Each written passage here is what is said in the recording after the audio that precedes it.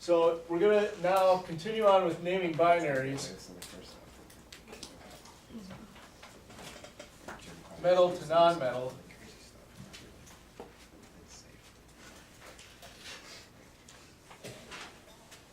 But now we're going to go the opposite way. We're going to go from formula to name.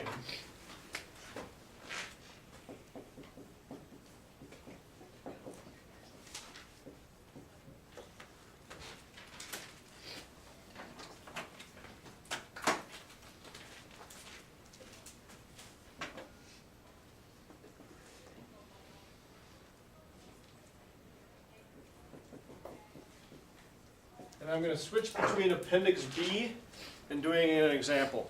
So remember, you never write anything on your appendices, right? You never write anything on your appendices. So let's start with, oh, I don't know. How about, yeah, why not? Aluminum's always a good one. ALSE.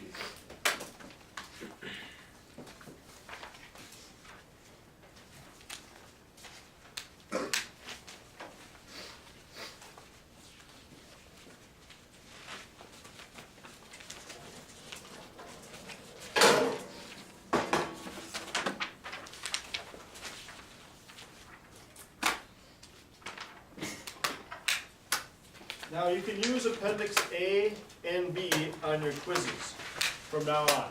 It's just that first quiz you can't use anything on.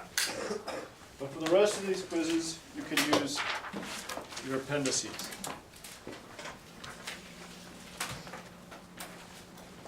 So this flow chart helps organize all of the different naming rules. So there are 6 categories. 6 different categories. We are just learning the first category right now. Metal bonded to a non-metal. So again, you write this in your notebook. I'm going to write it on the overhead so that our friends in Outer Mongolia can see what we're doing.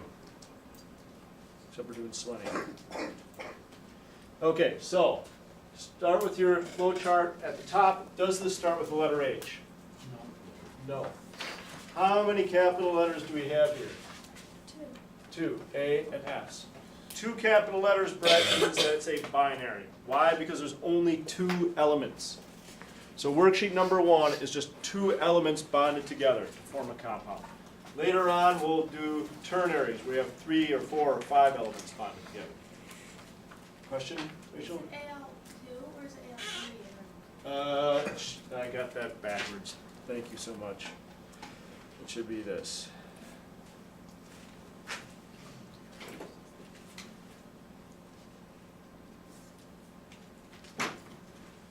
Okay, so 2 capital letters is the first element of metal.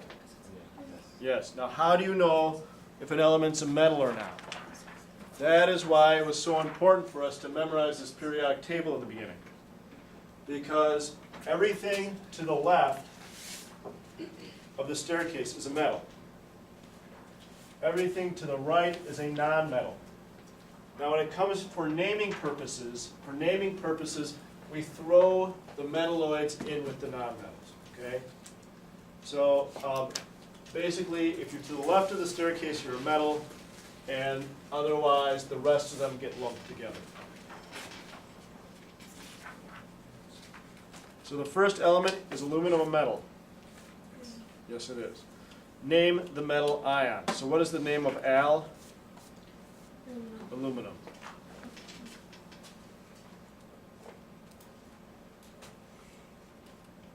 Then it says, watch out for those Roman numeral ones.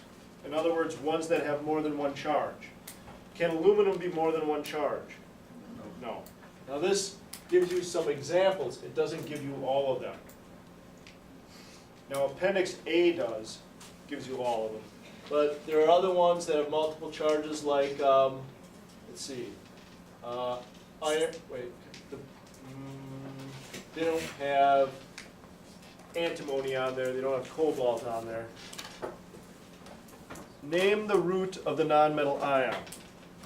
So what is the name of Se? Selenium. Step 3, change the nonmetal ending to IDE. So step 3 over here says change the nonmetal ending to IDE. So we change the selenium to selenide. So aluminum selenide.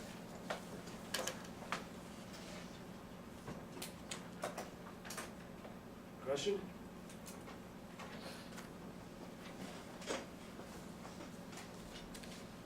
Okay, let's do 2 more examples. Let's do how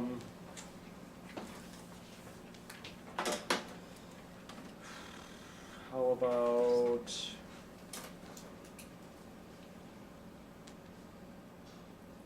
oh yeah, let's do that.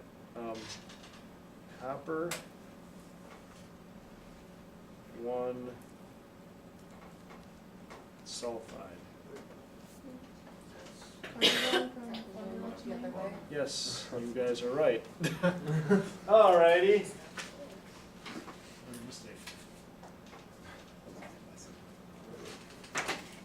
So let's then do a different one. How about we do, well, okay. Okay, we'll do this one.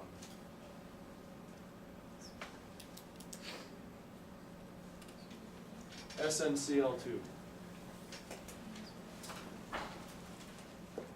So again, does it start with the letter H? No. No. How many capital letters? 2. Is the first element a metal? Yes. Yes, it is. Name the metal ion. So what is the name of Sn? Tin. Watch for those with Roman numerals. Can tin have more than one charge? Yes, it can. Tin can be a +2 or it can be a +4. So how do I know? Basically what you're doing now is you're reversing the crisscross method. So yesterday we learned how to go from name to formula. We said write the charges in crisscross. Now we're going to basically go backwards. And if take that 2, it goes up there. The 1 goes back up there. So it's tin 2. So you just reverse the numbers. Tin 2, name the Cl. What's the name of Cl? Fluoride. Chlorine. Change the ending to IDE. So it becomes tin 2 chloride.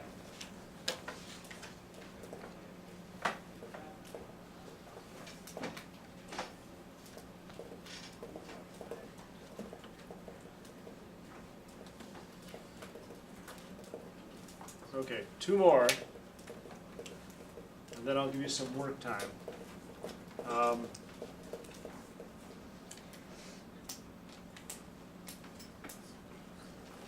HgCl2.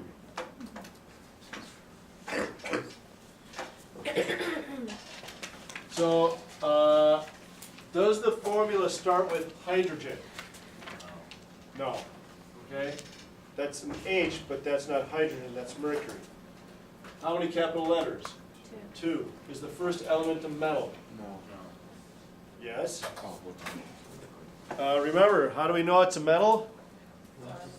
Left of the staircase. So mercury is to the left of the staircase.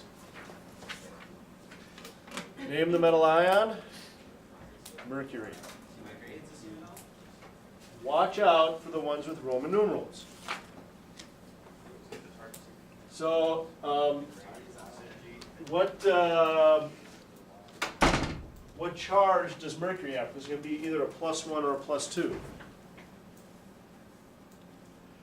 So if it's got more than one charge, Sam, you have to reverse it. Okay? So the 2 goes up there.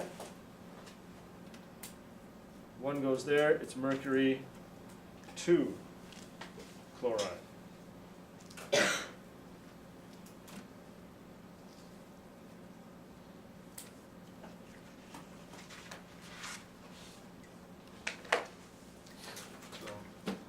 +2, you reverse the numbers.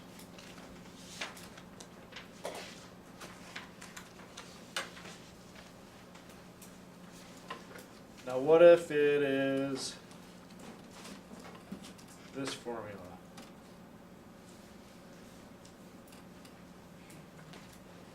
So mercury 1 is the one that kind of messes people up, Mark.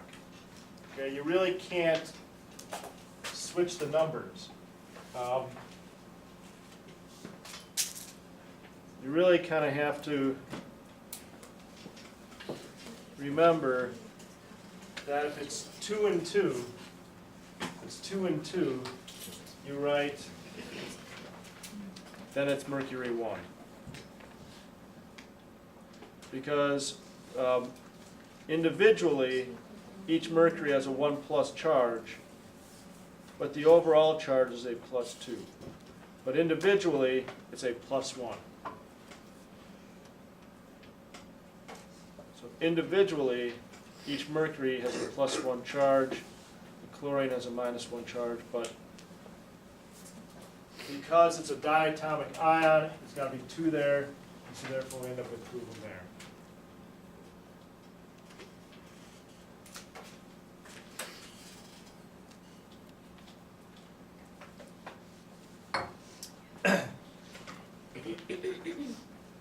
So any questions on, yep, So where are the ones coming from with the, here? yeah.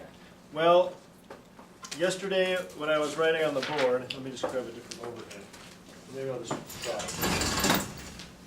Remember that mercury 1 is automatically diatomic.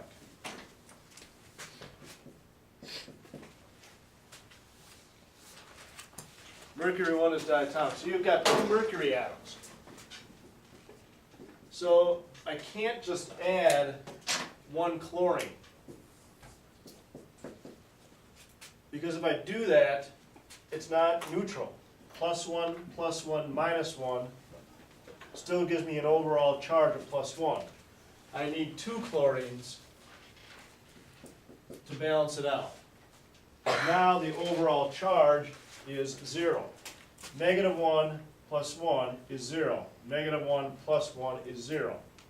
So mercury 1 is the tricky one because you can't just switch the numbers and put the 2 up there and the 2 up there. You just really have to remember that when you see 2 and 2, that it's mercury 1. Because, like I said yesterday, mercury must, when you've got mercury 1, it must be diatomic. And so I always say you balance with the overall charge, not the 1 plus charge, but the overall charge. And so then you end up with this. You erase the number 1, you erase your charges, and that's how you get Hg2Cl. Is there another question?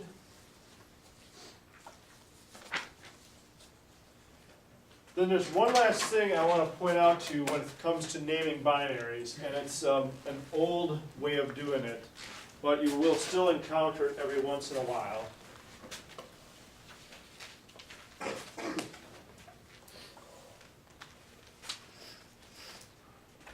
If you have things that have multiple charges,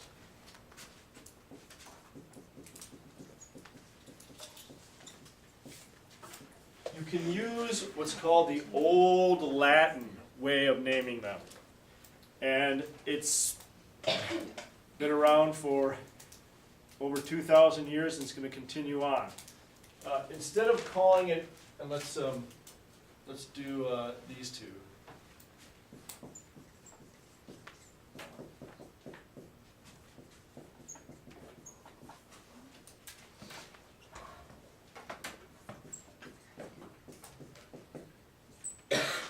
Then leave a little space here. Leave 1 line.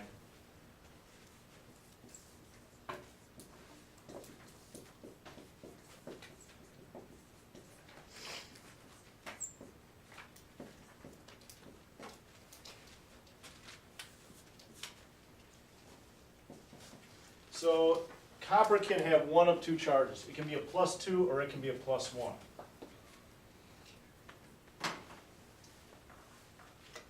So there are two possible charges, and for most of the multivalents, there's only two possibilities.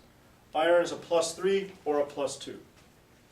Lead is a +4 or a +2. Only two choices. And so there's a Latin way of naming these. It is not the official way of naming them, but it is used often enough.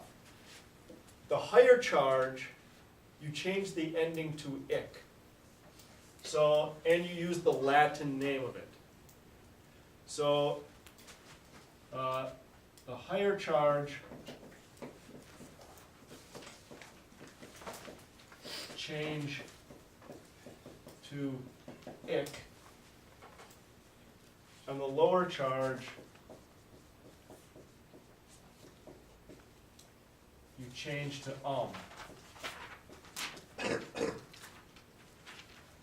And this is where, though, it's helpful to have that sheet of the Latin names, because you use the Latin name for copper, not the English name for copper. So what is the Latin name for copper?